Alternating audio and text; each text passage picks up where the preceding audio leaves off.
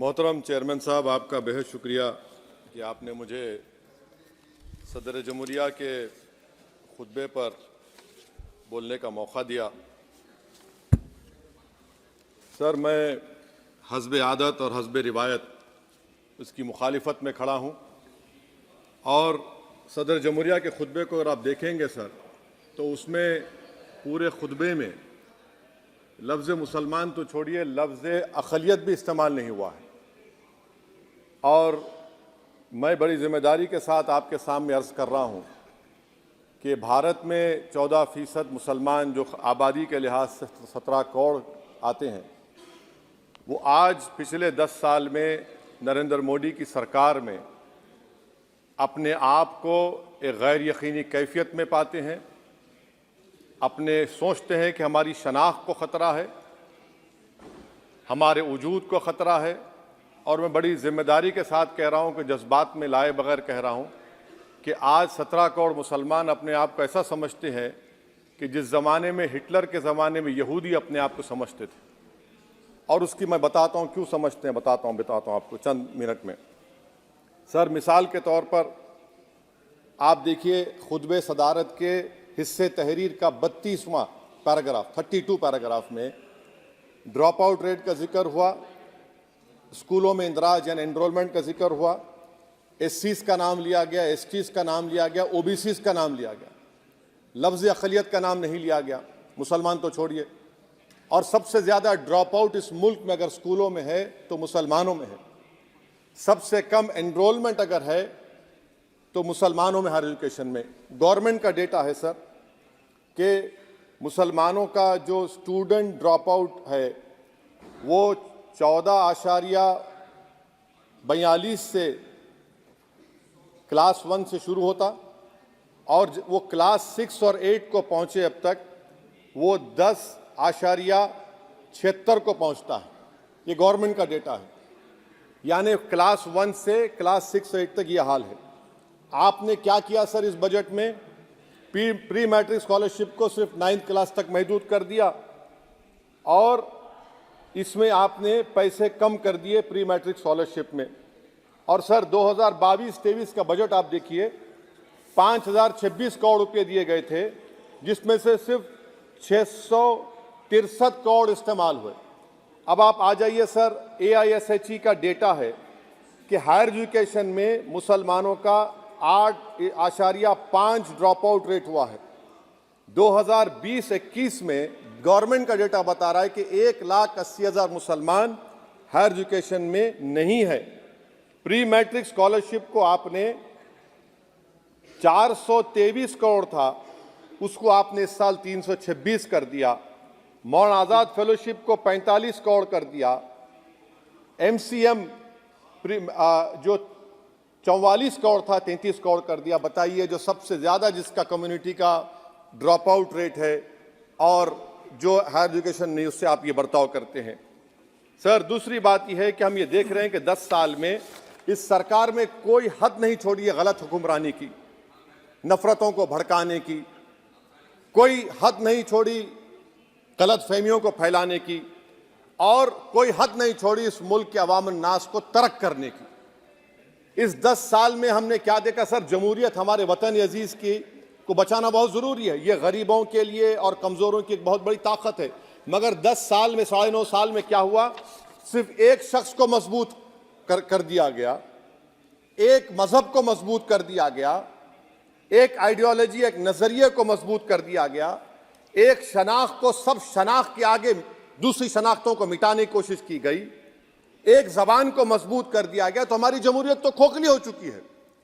और सर, कोई भी हुकूमत और पार्टी सिर्फ जबर और इस्तेसाल पर कायम नहीं रह सकती है सर। दूसरा पॉइंट सर जो मैं आपके सामने अर्ज करना चाह रहा हूं, CAA के कानून के ताल्लुक से मरकजी एक वजीर ने अखबार में बयान दिया कि हम 8 दिन में करने वाले हैं। आप 8 दिन में करेंगे, 8 दिन में एहतजाज शुरू होगा मुल्क के कोने कोने में। आप CAA को मजहब से ख़त्म कर दीजिए, मजहब से जोड़ेंगे तो आपका इरादा बुरा है। आप भारत की अक़लियतों को, भारत के मुसलमानों को, दलितों को आप परेशान करने का आपका इरादा है। सर, दूसरी बात यह है कि CAA के ख़िलाफ़ क्यों हम हैं? क्योंकि सीमांचल के मुसलमान को आप बांग्लादेशी कहते हैं। कोई मिनिस्टर मुझे कहता है कि घुसपैठी है, रोहिंग्या है। तो CAA को मजहब से जोड़ना गलत था, उसको निकालिए।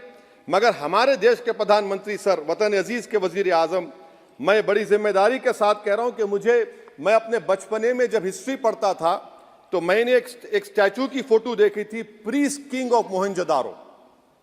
ऐसा लगता है कि वैसा ही लग रहा है कि प्रधानमंत्री नहीं है बल्कि पुजारी सम्राट बन चुके हैं वो। और मैं क्यों कह रहा हूं कि हमारे सदर जमहूरिया ने कहा था कि 22 जनवरी एक तारीखी दिन है, बिल्कुल तारीखी दिन है। 22 जनवरी की बुनियाद 6 दिसंबर 92 को रखी गई। 22 जनवरी की बुनियाद 86 में ताले खोलकर रखी गई। 22 जनवरी की बुनियाद GB पंत ने रखी थी, इसीलिए तारीखी दिन है। और तारीखी दिन इसलिए भी है कि सर इसी ऐवान में 16 दिसंबर 1992 को हमने एक रेजोल्यूशन पास किया था। आप बताइए कि आज इस मुल्क में चाहे कोई सेकुलर पार्टी का हो या जो भी हो, वाले सब सेकुलर है, बुरा मैं हूं, किसी में हिम्मत नहीं है कि 6 दिसंबर की बात की जाए। और वो तारीखी दिन इसलिए भी है सर, इंसाफ करने वालों में एक NCLT के चेयरमैन, एक गवर्नर और एक नामजद शुदा रुकने पार्लियामेंट बैठे हुए थे। अब आप बताइए मेरे पास बचा क्या है? बचा यह है कि आर्टिकल 32 बचा है जिसको बाबा साहब अम्बेडकर ने दिया। आज मुल्क के 17 करोड़ मुसलमान भारत के वजीर आजम पर एतमाद भरोसा नहीं करते, बिल्कुल नहीं करते, बता रहा हूं, खुल के कह रहा हूं। अगर आप आर्टिकल 32 का ड्यू प्रोसेस ही खत्म कर देंगे तो फिर मेरे पास क्या बचेगा सर? क्या बचेगा? मैं तो यहां खड़े होकर वो सुप्रीम कोर्ट के मायानाज बेबाक वकील दुष्यंत दवे की तरह तो नहीं कह सकता। मुझे आज भी रूल ऑफ लॉ में भरोसा है, मुझे आज भी कानून पर, संविधान पर भरोसा है, मगर ड्यू प्रोसेस तो फॉलो होना चाहिए। ड्यू प्रोसेस फॉलो नहीं हो रहा। एक तारीखी दिन 22 जनवरी था, एक तारीखी दिन 31 जनवरी था। सर रात के अंधेरे में अपील किए बगैर आप आरे लेकर रास्ता खोल देते हैं। क्या पैगाम दे रहे हैं सर? 600 साल की मेहरौली की मस्जिद को बगैर को नोटिस दिए आपने डिमोलिश कर दिया। मैं जिम्मेदारी के साथ कह रहा हूं कि भारत के प्रधानमंत्री और उनकी सरकार भारत के मुसलमानों से उनकी शनाख्त को छीनना चाहते हैं। ख्वाजा अजमेरी के आस्थाने पर चादर बिछाइए, मगर आप जो चादर मुझसे छीनना चाह रहे हैं मेरी मस्जिद है, आप हर मस्जिद को छीनना चाहते हैं। आप बताइए 17 करोड़ मुसलमानों को क्या पैगाम दे रहे हैं आप कि आप हर मस्जिद को छीन लेंगे मुझसे? फिर मेरा वजूद किस माने रखता है? मेरा शनाख्त क्या माने रखता है? रूल ऑफ लॉ क्या माने? अच्छा 1991 के प्लेसेस ऑफ वर्शिप एक्ट पर क्यों नहीं बोलते आप लोग? आप उस पर कायम है नहीं है। आप 500 साल की बात करते, मैं आपसे कहता हूं भाई 500 साल पे मत जाइए, बौद्ध पे जाइए, जैनिज्म पे जाइए, शैविज्म पे जाइए, कहां रुकेंगे? अरे इस देश को आजादी मिली 47 में, संविधान मिला हमको बाबा साहब अम्बेडकर का, बराबरी का। उससे पहले तो राजा रजवाड़े थे, जमहूरियत नहीं थी, लोकतंत्र नहीं था, मगर आप उसको उस बारे में लेके जाते। अरे 500 साल आगे क्या होगा बताइए? आप किसी एक सिविलाइजेशन, सर ऐसा अंग्रेजी में किसी ने कहा था, civilisation can not be rewritten by hatred, history can not be corrected by demolition. आप ये नहीं कर सकते। और मैं उम्मीद करता हूं कि जब मौर्रिख तारीख लिखेगा, नरेंद्र मोदी इस मुल्क में तारीख लिखना चाहते हैं। क्या तारीख लिखना चाहते हैं? कि मैंने इस देश को, गांधी अंबेडकर के देश को मैंने हिंदू राष्ट्र बना दिया। मैं उम्मीद करता हूं कि हमारे भारत के हमारे हिंदू भाई देश के प्रधानमंत्री की सोच को नाकाम करेंगे, उन पर है। अब देखते हैं क्या होता है। सर नेबरहुड फर्स्ट की पॉलिसी है। नेबरहुड फर्स्ट क्या हो रहा है सर? हम सोशल मीडिया के जरिए फॉरेन पॉलिसी चला रहे हैं। मालदीव छोटा मुल्क, वो हमको आंख दिखा रहा है, चीन की गोद में बैठ गया। हमारे लद्दाख में हमारे जो लोग जानवर को लेकर घास चराए जाते, वहां पर चीन की आर्मी आके रोक रही। बताइए, बांग्लादेश चीन की गोद में बैठा हुआ है। आप गैलेंट्री अवार्ड दे रहे हैं, क्यों दे रहे हैं? कि चीन बैठा हुआ है। तो आपका बफर जोन गया कहां भाई साहब? आपका बफर जोन तो कहां गया नहीं मालूम, गायब हो गया बफर जोन। और दूसरी बात सर, आप ये भी देख लीजिए कि यहां पर मैं आपको इंपॉर्टेंट पॉइंट ये बताना चाह रहा हूं सर। ये हम बोलते हैं India middle east economic corridor, कितना पैसा है बताइए? वो नहीं बताया जाता। अच्छा सर, सबसे तकलीफ दे बात मेरे लिए है कि भारत ने यूनेस्को का इलेक्शन पाकिस्तान से हार गया। हम पाकिस्तान से हार गए, ये आपकी फॉरेन पॉलिसी है। यूनेस्को के इलेक्शन हम पाकिस्तान से हार गए। अच्छा, मामला इजराइल का, फलस्तीन का, गाजा का आया। अक्टूबर में 10,000 लोग मर गए, हमने यूएन में सीज फायर की तायीद नहीं की। दिसंबर आया 20,000 मर गए, तो हमने तायद कर दी। क्यों तायद की? क्योंकि ग्लोबल साउथ को हमको फॉलो करना पड़ रहा। भारत ग्लोबल साउथ को फॉलो कर रहे, मेरे लिए तकलीफ दे बात है। यह आपकी नाकामी का बहुत बड़ा सबूत है। इसीलिए हम बता रहे हैं कि यह सरकार की बहुत से नाकाम। अलीगढ़ मुस्लिम यूनिवर्सिटी, आखिरी पॉइंट, अलीगढ़ मुस्लिम यूनिवर्सिटी। सर, आप उत्तर प्रदेश से आते हैं। सर, 81 में एक्ट पास हुआ।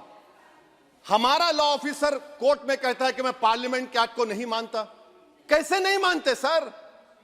क्या नरेंद्र मोदी ने पार्लियामेंट को नॉमिनेट किया या पार्लियामेंट ने नरेंद्र मोदी को प्रधानमंत्री बनाया? बताइए। 81 के एक्ट को नहीं मानते।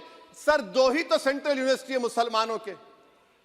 1,80,000 आप ही के सरकार के दौर में मुसलमान हायर एजुकेशन निकल गए। आप अलीगढ़ मुस्लिम से छीनना चाह रहे हैं। Theory of separation of powers में एग्जीक्यूटिव हमको डिक्टेट करेगा। मेरी आवाज तो पार्लियामेंट है, अब मेरी आवाज के खिलाफ एग्जीक्यूटिव सुप्रीम कोर्ट में बोलता है। अलीगढ़ मुस्लिम यूनिवर्सिटी से इतनी नफरत क्यों है आपको? वहां पर तो हिंदू भाई भी पढ़ते हैं। सर, ये अलीगढ़ मुस्लिम यूनिवर्सिटी का मामला है सर। तो मैं आपसे इस बात पर, इस शेर पर अपनी बात को खत्म कर रहा हूं सर। आप भी उर्दूदां हैं जी। मसीहाओं को जब भी आवाज दी है, अहमद फराज का शेर है जी जी। मसीहाओं को जब भी आवाज दी है, पलट कर आ गए हर बार कातिल। मसीहाओं को जब भी आवाज दी है, पलट कर आ गए हर बार कातिल। वहां क्या दाद खाही क्या गवाही, वहां क्या दाद खाही क्या गवाही, जहां हो मुंसिफों के यार कातिल। सर, मैं फिर से हुकूमत से मुतालबा करता हूं कि अल्पसंख्यक समाज के बजट के स्कॉलरशिप को आप डिमांड ड्रिवन करिए। भारत के प्रधानमंत्री प्रधान सेवक रहिए। आप कोई प्रीस किंग मत बन जाइए। आप जीतेंगे, कौन जीतेंगे देश तय करेगा। मगर याद रखिए, 17 करोड़ मुसलमान आज गम और गुस्से में हैं और इस बात को महसूस कर रहे हैं, इस बात को महसूस कर रहे हैं कि प्रधानमंत्री को हम नोट नहीं दिए मगर हमारा प्रधानमंत्री है। आखिर ये प्रधानमंत्री 17 करोड़ मुसलमानों की उनकी शनाख्त को कैसे मिटा रहे हैं, कैसे उनको आप मार्जिनलाइज कर रहे हैं। इसीलिए सर, मैं उम्मीद करता हूं कि हमारे सेकुलरिज्म जो है, वो मैं पॉलिटिकल सेकुलरिज्म कभी नहीं माना। जो सेकुलरिज्म संविधान में लिखा गया उसकी हिफाजत करेंगे। मुल्क अहम है, वरना याद रखिए, आप चुनाव जीते हैं हारे, मगर अगर आप 17 करोड़ एक जनता को आप गैर यकीनी कैफियत पैदा कर देंगे, ये देश के हित में नहीं होगा। बल्कि हम तो उम्मीद कर रहे हैं कि ड्यू प्रोसेस अदालत फॉलो करेगी। अदालत अगर एक तरफा फैसले करेगी तो गलत होगा। सर, बहुत बहुत शुक्रिया।